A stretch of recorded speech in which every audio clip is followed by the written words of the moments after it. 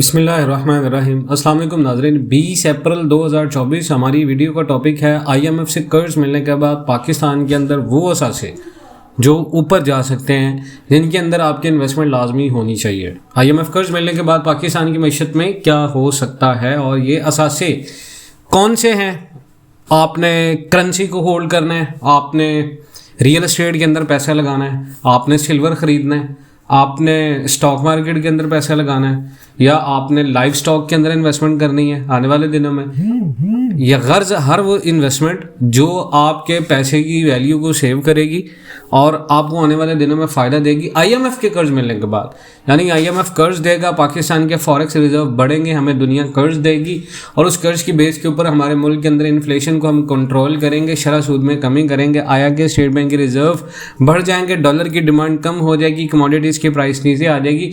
तो ऐसी कौन सी इन्वेस्टमेंट या ऐसे कौन से असासे हैं जिनमें पैसा लगाना चाहिए, और इसकी बेस के ऊपर हम स्टेट बैंक ऑफ पाकिस्तान की रिपोर्ट्स के ऊपर भी बात करेंगे। गर्ज इस वीडियो का मकसद बेसिकली आपको ओवरऑल इन्फॉर्म करना है, आपको समझाना है। लास्ट जो थर्सडे गुजरा है, स्टेट बैंक ऑफ पाकिस्तान ने कुछ रिपोर्ट्स जारी की थी।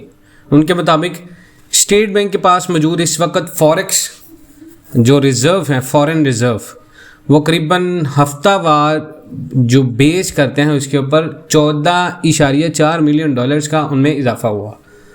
उसके बाद 12 अप्रैल को स्टेट बैंक के पास गैर मुल्की करेंसी के ज़खायर थे 8 बिलियन डॉलर, जो कि 7 अप्रैल को 8 बिलियन डॉलर के मुकाबले में 0.18% ज़्यादा हुआ और 4 हफ्तों की ज़रूरी इंपोर्ट्स को पूरा करने के लिए काफ़ी नहीं है। अब मुल्क के पास ओवरऑल जो गैर मुल्की करेंसी के ज़खायर हैं बशमूल स्टेट बैंक के अलावा दूसरे बैंकों के पास मौजूद खालिद ज़खायर, वो पिछले हफ्ते के मुकाबले में 68 बिलियन डॉलर यानी 0.5% कम हुए हैं और 13.37 बिलियन डॉलर हुए हैं।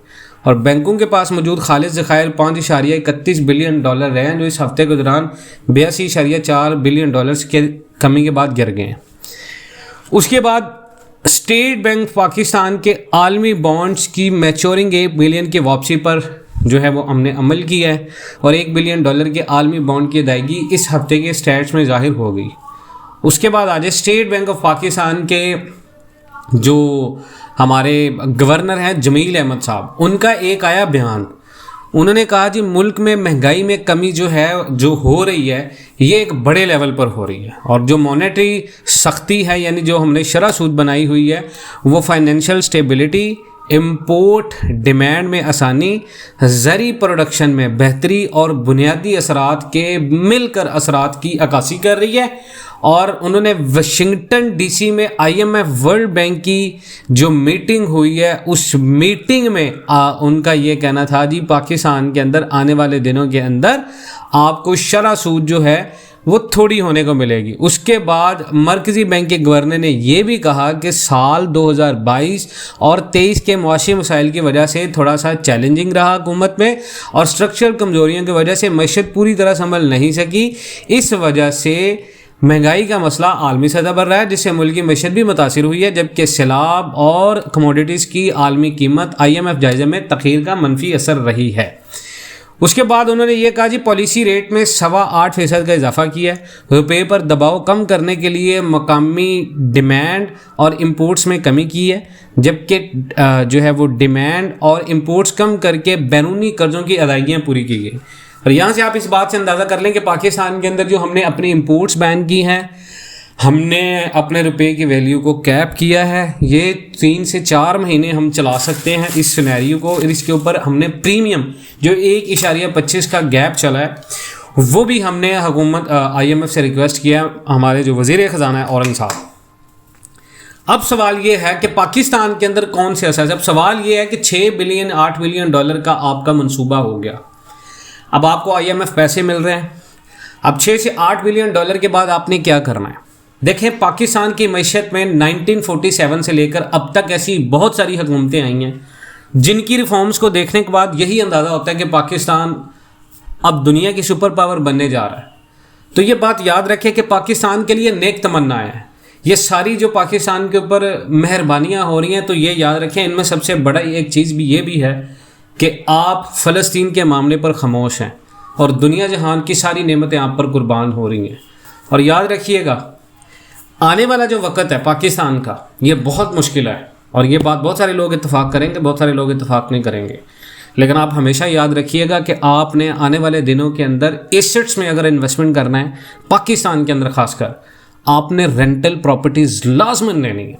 रेंटल प्रॉपर्टीज़ के अंदर जो बंदा इन्वेस्ट करेगा वो बंदा फ़ायदे में रहेगा, इवन डैट कमर्शियल प्रॉपर्टीज़ भी। उसके बाद नंबर 2 पे जो आपने इन्वेस्टमेंट्स रखनी है, अपनी कंस्ट्रक्शन मटेरियल के अंदर अपनी इन्वेस्टमेंट लाजमी रखिएगा, इसकी डिमांड बहुत ज़्यादा होगी। ये जो हुकूमत आई है ये डेवलपमेंट के ऊपर बहुत ज़्यादा काम करेगी, और डेवलपमेंट क्या करेगी, कंस्ट्रक्शन से रिलेटेड, चाहे लोन लेकर करेगी, लेकिन कंस्ट्रक्शन मटेरियल की डिमांड बनेगी। और पाकिस्तान के अंदर रियल एस्टेट के अंदर इस दफ़ा जो बूम आएगा वो कंस्ट्रक्शन इंडस्ट्री के अंदर आएगा। तो याद रखिएगा, कंस्ट्रक्शन इंडस्ट्री में आपकी इन्वेस्टमेंट होनी चाहिए, सरिया, सीमेंट, बिजली, इस तरह के बिजनेस में पैसा लाजमी होना चाहिए।